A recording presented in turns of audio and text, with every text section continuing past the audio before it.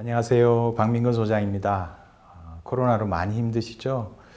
저는 20년 동안 독서 치료를 통해서 아픈 마음을 가지고 계신 분들의 마음을 치료해드리고 또 공부를 좀 힘들어하는 친구들의 공부를 도와주고 있습니다.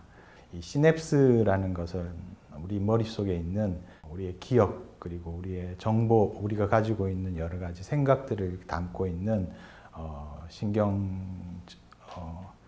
신경세포의 한 부분입니다.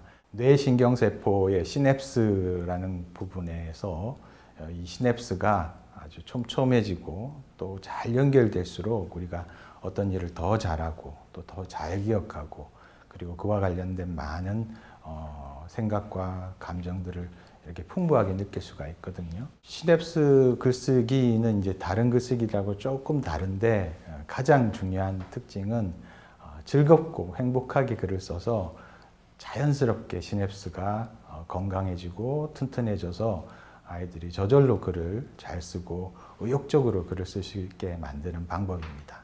일단 이제 부모님들이 글쓰기 관련된 여러 가지 정보나 책들을 많이 접하실 겁니다. 그런데 이제 이 책들을 제가 뭐 특별히 비판하려고 그러는 건 아니고 한국은 어쨌든 이 대학 입시 그리고 논술, 자소서 같은 이런 글쓰기들이 굉장히 강력하게 우리 사회를 지배하고 있기 때문에 부모님들께서도 글쓰기라고 하면 논술을 잘한다거나 또 자소서를 잘 쓴다거나 아니면 학교에서 내주는 수행과제를 잘하는 그런 글쓰기만을 좋은 글쓰기다라고 생각하고 계신데 그런 글쓰기는 전체 글쓰기의 아주 작은 일부분에 불과합니다. 사실 지금 많은 분들이 4차 산업혁명을 맞이하면서 걱정이 많으세요.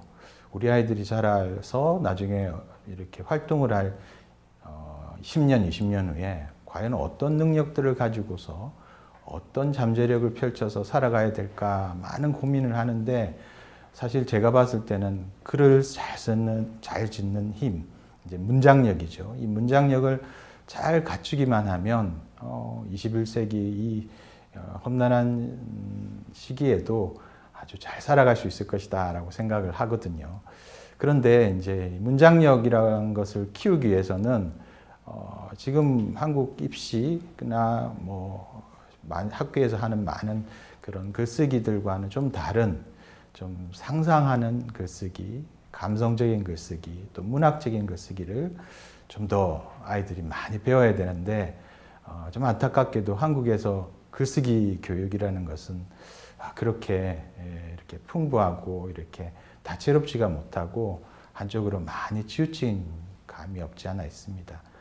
그런 이제 한쪽으로 치우친 글쓰기 말고 아이들이 정말로 실제적으로 자기가 글을 즐기면서 또 제대로 된 문장력을 갖출 수 있도록 해서 많은 시나리오 작가 그리고 많은 웹툰 작가들이 만들어질 수 있는 그런 뭐라고 할까요? 통합적인 글쓰기 능력을 키우는 방법이라고 할 수 있을 것 같습니다. 아이들이 글을 잘 쓰기 위해서는 사실은 자발적인 글쓰기가 이루어져야 됩니다. 이 자발적 글쓰기라는 것은 매일 누가 시키지 않아도 부모가 특별히 이렇게 글을 써라 학교에서 이렇게 과제를 내주지 않더라도 스스로 집에서 매일매일 조금씩 글을 쓸 때 제가 말씀드린 글쓰기 시냅스, 글쓰기와 관련된 우리의 시냅스 영역이 발달하고 촘촘해지는 것이거든요. 제가 이제 아이들을 굉장히 자주 만납니다. 그런데 그 아이들 가운데서 많은 아이들이 글쓰기를 두려워합니다. 글을 쓰면서 지속적으로 평가를 당한다는 거죠. 이건 이렇게 해서 잘못 썼고, 이건 저렇게 해서 잘못 썼고. 그러면서 글쓰기 과정이 아이들에게 즐겁고 행복한 과정이 아니라 숙제가 되고, 그리고 억압을 당하고, 또 강요당하는 좀 뭐라고 할까요? 아이들한테는 걱정스러운 일이 되어버린 것 같습니다. 아이들이 스스로 글을 쓰기 위해서 무엇이 필요한가 잘 살펴보시면 가장 중요한 게 긍정적인 감정입니다. 글을 쓰면서 기분이 좋고 또 글을 쓰면서 순간순간 즐거움을 느껴야 되고요.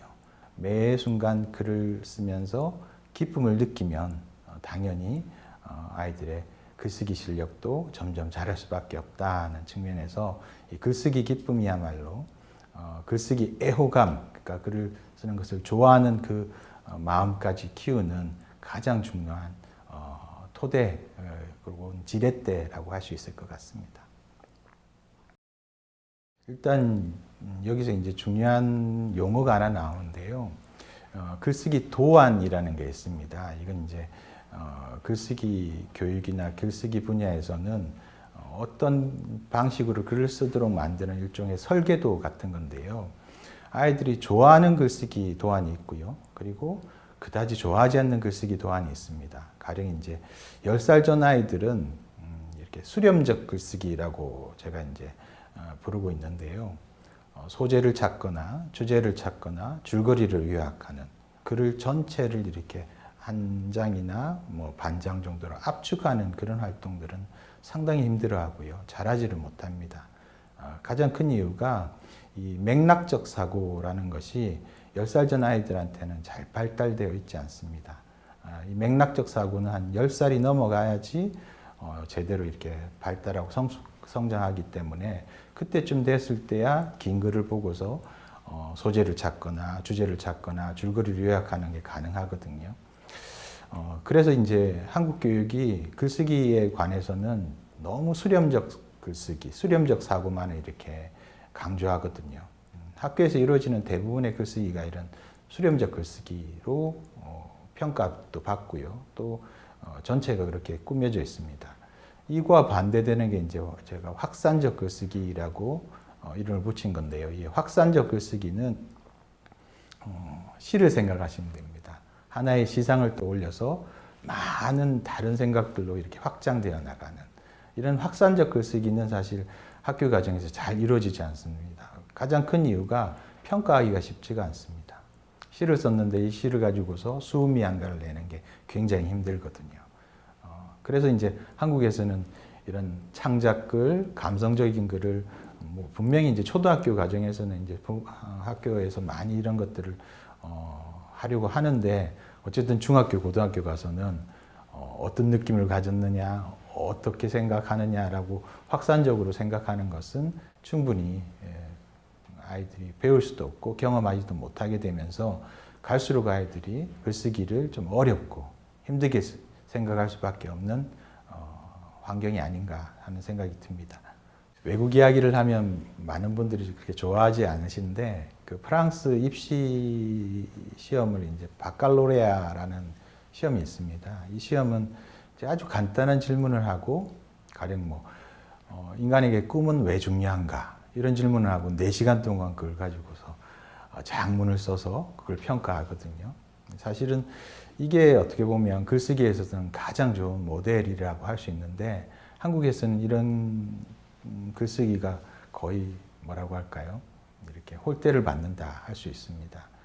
반대로 이제 수능에서 필요한 능력들, 가령 긴 글을 읽고서 요약해서 주제를 찾거나 아니면 그 안에 있는 중요한 맥락들을 발견해서 답을 이렇게 추출해내는 그런 이제 수렴적 사고를 너무 강조하다 보니까 사실 이 수렴적 사고라는 게 우리가 주의 집중을 굉장히 기울여야 되고 또 굉장히 신경을 많이 써야 되고 그리고 애를 많이 써야 되는 뇌 활동이다 보니까 그렇게 재미있는 활동은 아닙니다. 이건 뭐 성인조차도 수렴적 사고 활동을 할 때는 재미를 별로 못 느낍니다. 반면에 시를 써보라 아니면 이 영화를 읽고서 느낀 점들을 한번 쭉 표현해봐라.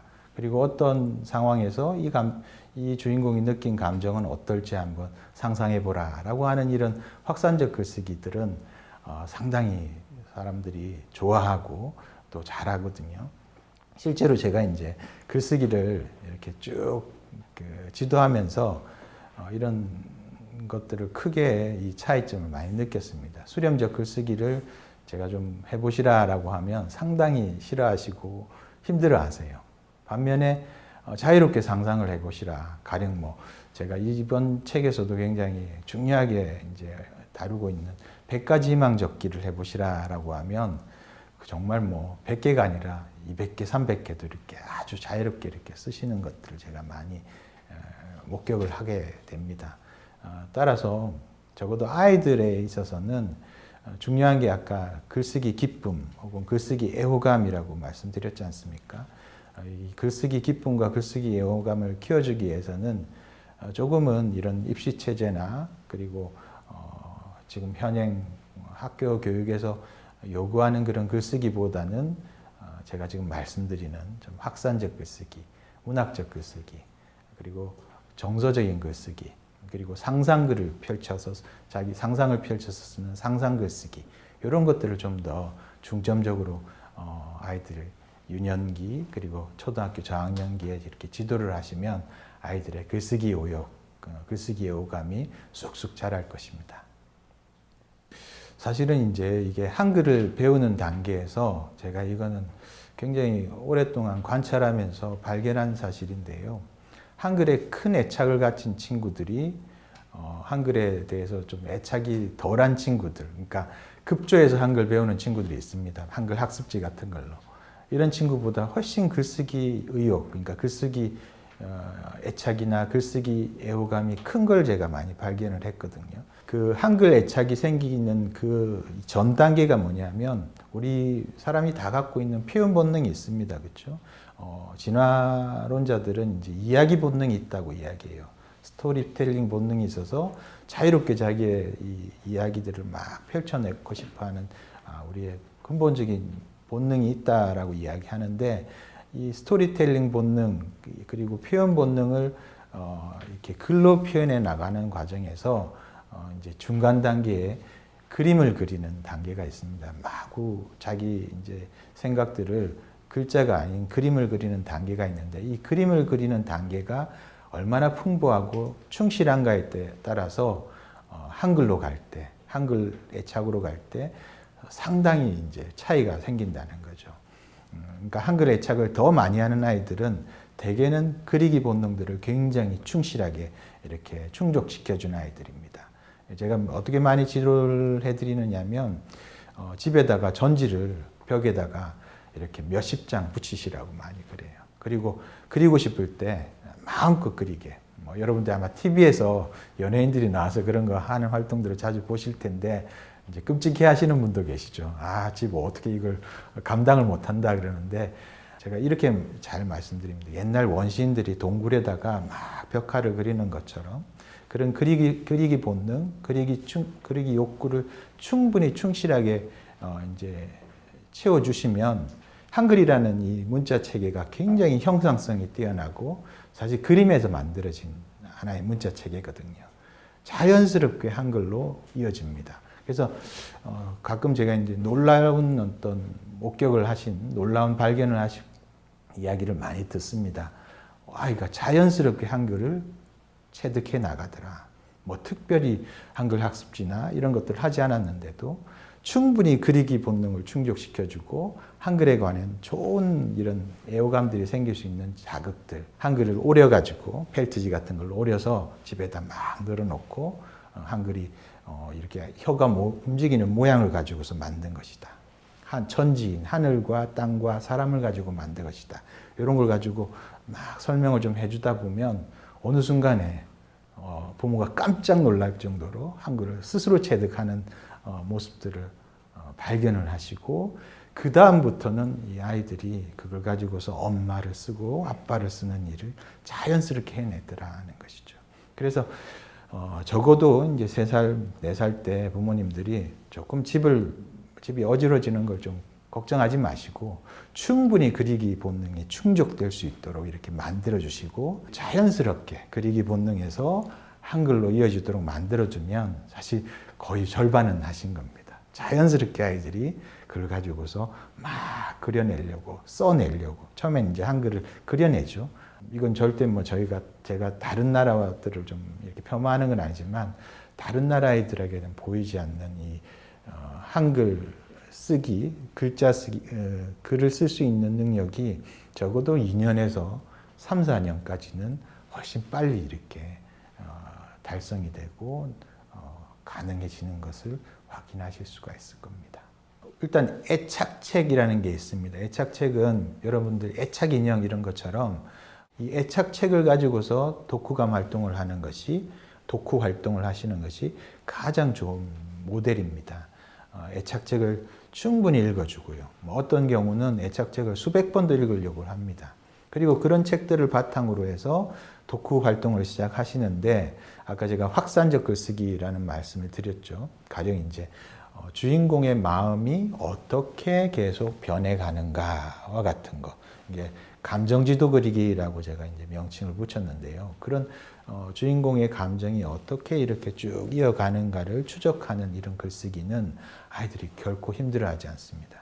반면에 제가 아까 수렴적 글쓰기가 굉장히 아이들이 힘들어한다는 말씀을 드렸는데 아이가 신나게 한 책을 읽었습니다. 어떤 책을 읽었어요.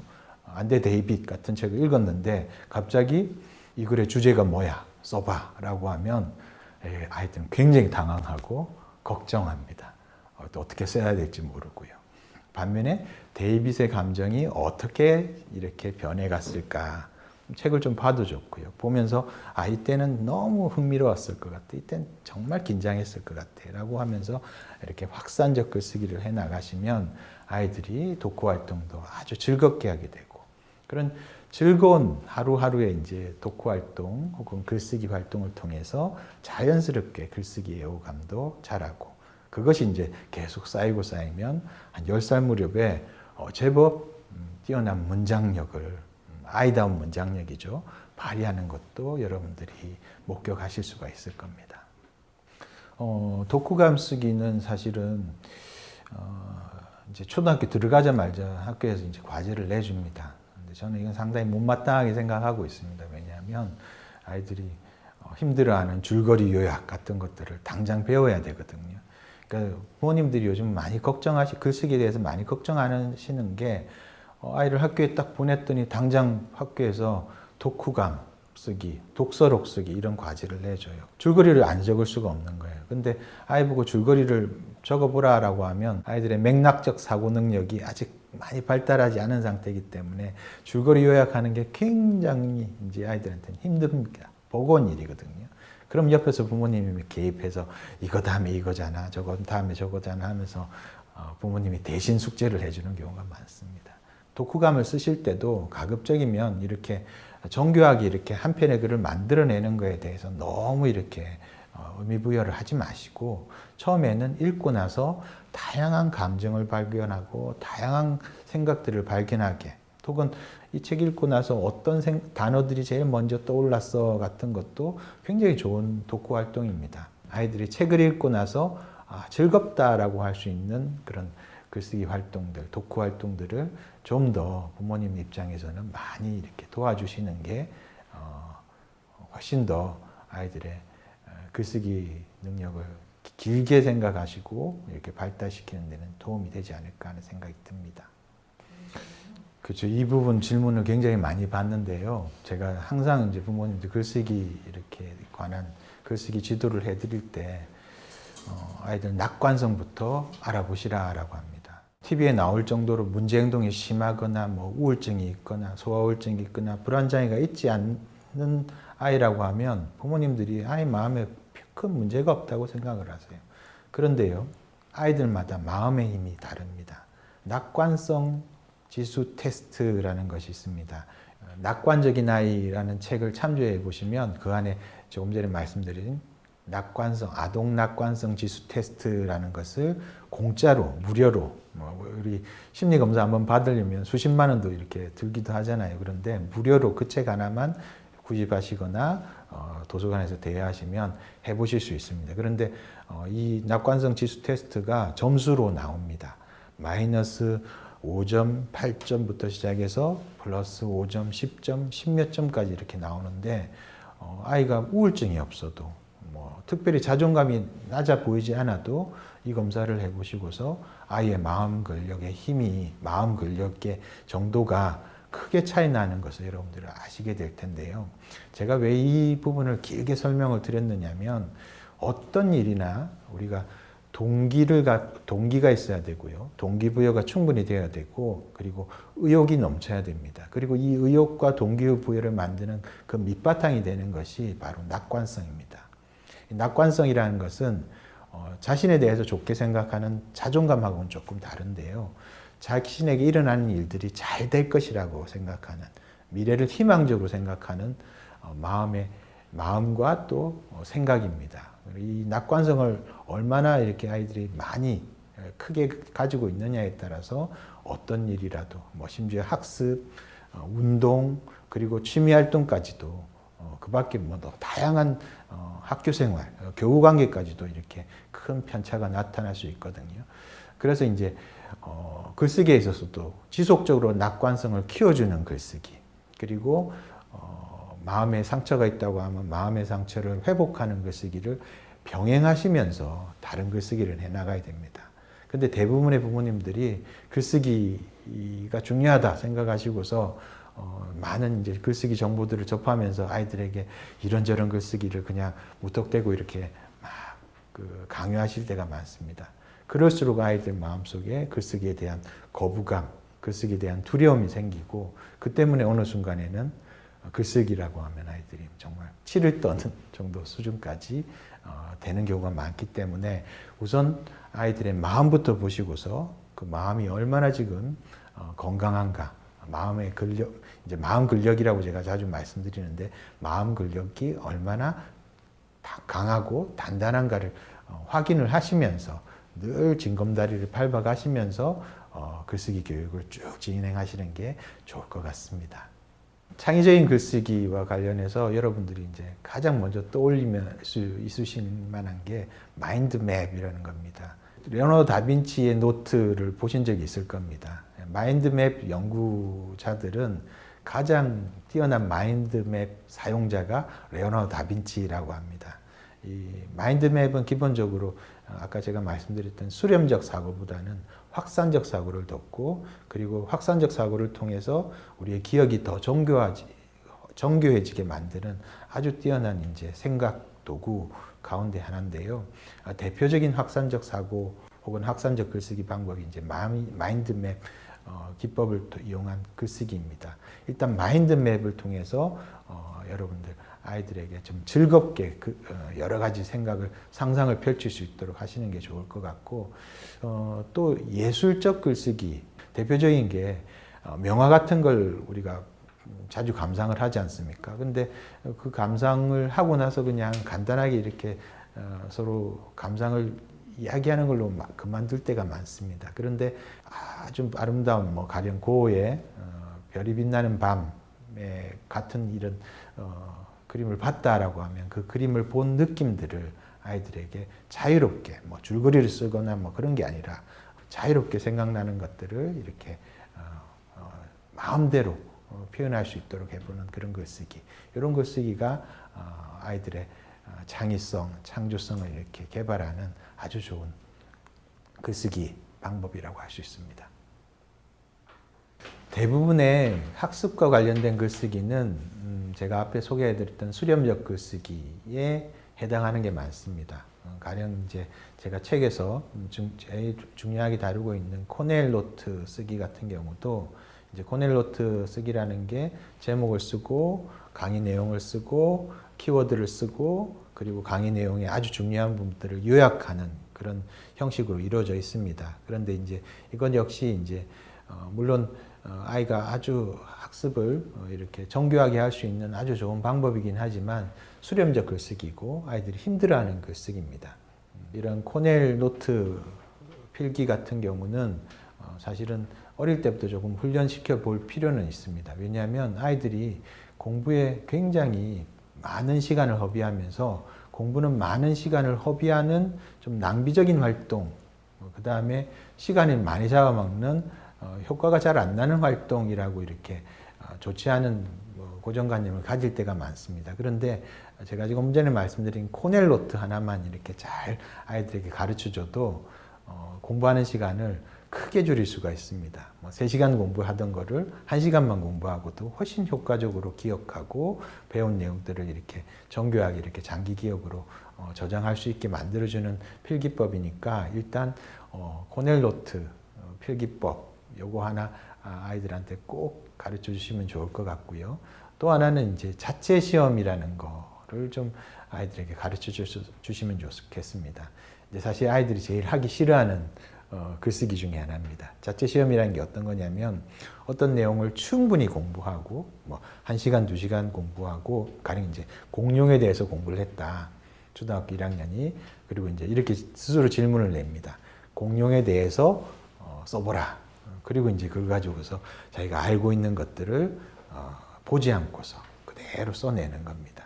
쓰고 나면 분명히 자기가 기억하지 못하고 있는 내용들, 잘 알지 못하고 있는 내용들, 그리고 잘못 알고 있는 내용들이 바로 이렇게 드러나거든요.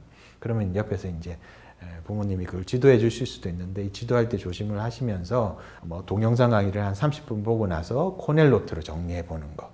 그리고 지금 말씀드렸던 그 자체 시험치기 요 두 가지만이라도 잘 이렇게 알려주시면 아이들의 공부가 훨씬 이렇게 효과적으로 효율적으로 이렇게 관리되고 성장하시는 것들을 여러분들 목격하실 수가 있을 겁니다. 가장 좋지 않은 건 어떤 거냐면 글쓰기에 대한 부정적인 평가입니다. 제가 만난 되게 안타까운 사례가 하나 있었는데요. 이 친구는 책 읽는 건 굉장히 좋아했어요. 그런데 글을 쓰는 거는 뭐라고 할까요? 공포감을 느낄 정도로 두려워하는 걸 제가 본 적이 있습니다.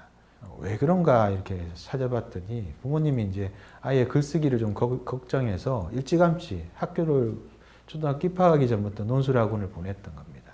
논술학원에서 계속 평가를 한 겁니다. 빨간 줄로 쭉쭉 그으면서 이건 틀렸고 이렇게 써야 되고 그러다 보니까 가뜩이나 이 아이가 좀 약간 예민하고 소심한 아이였는데 글을 한 줄 쓸 때마다 자기 글이 혹시 틀린 게 아닐까, 잘못 쓴 게 아닐까 하고 자기 검열을 하는 거죠.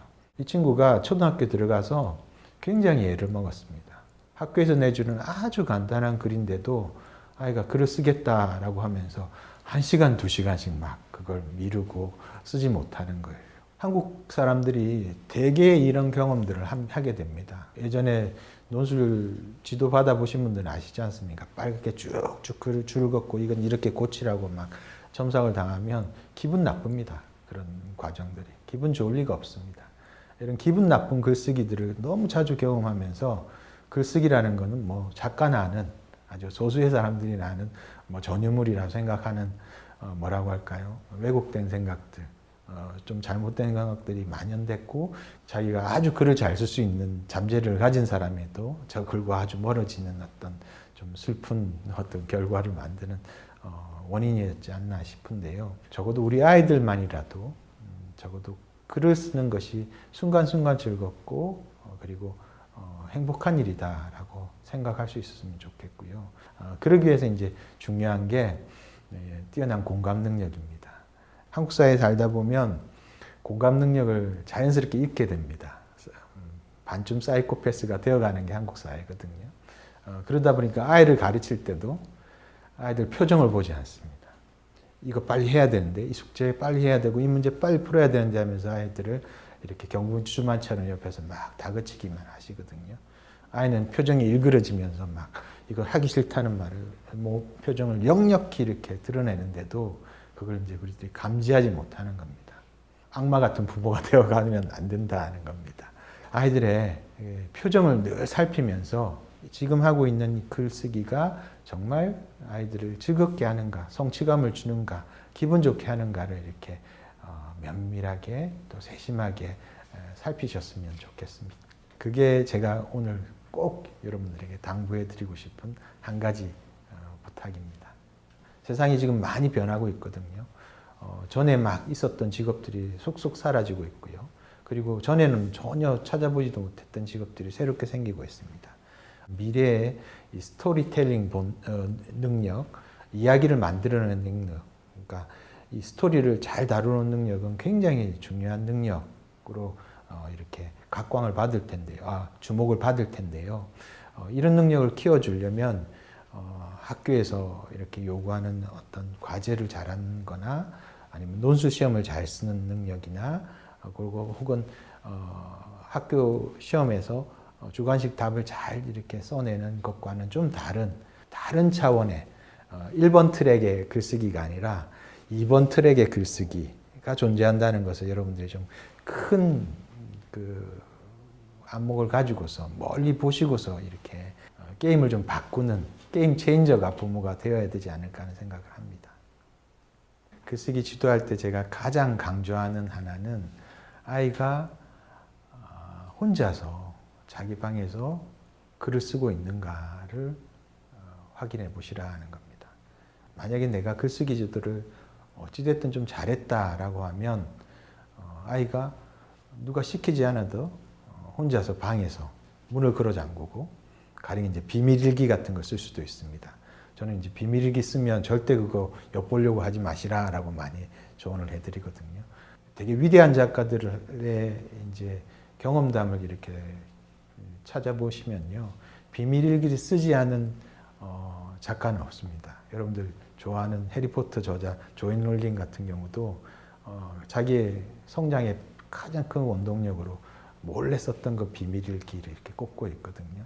만약에 아이가 부모가 이걸 써라 저걸 써라 강요하지 않고 뭐라고 지시하지 않는데도 혼자서 집에서 1시간, 2시간 비밀일기를 쓰고 있다고 하면 부모님들의 글쓰기 교육이 대성공을 거둔 거다라고 하실 수 있을 겁니다.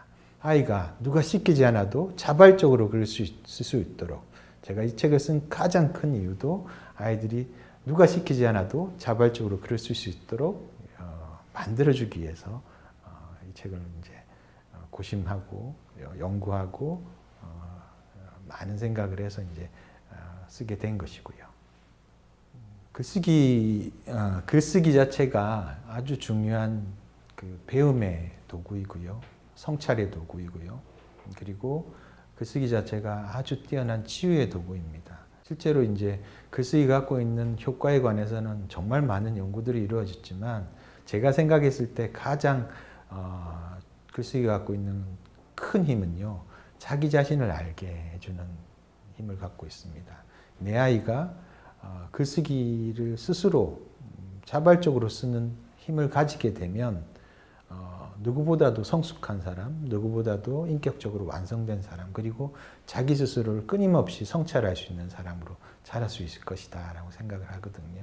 그래서 글쓰기가 갖고 있는 이 큰 힘, 제가 다 설명을 했는지 모르겠지만 자기 성찰의 힘, 통찰의 힘을 길러주는 글쓰기는 무슨 일이 있어도 길러줘야 되는 것이다 라고 당부해 드리고 싶습니다. 여러분들이 이제 글쓰기 교육을 중요시하는 이유가 또 나름 있을 겁니다. 그런데 이제 제가 오늘 말씀드렸던 글쓰기가 왜 중요하고 아이들의 글쓰기에 있어서 좀 다른 관점을 좀 가지고서 접근해 달라는 이 당부의 말씀을 좀 한 번 더 잘 새겨보시고서 아이들의 글쓰기에 대한 좀 새로운 접근법을 마련하시면 정말 좋을 것 같습니다.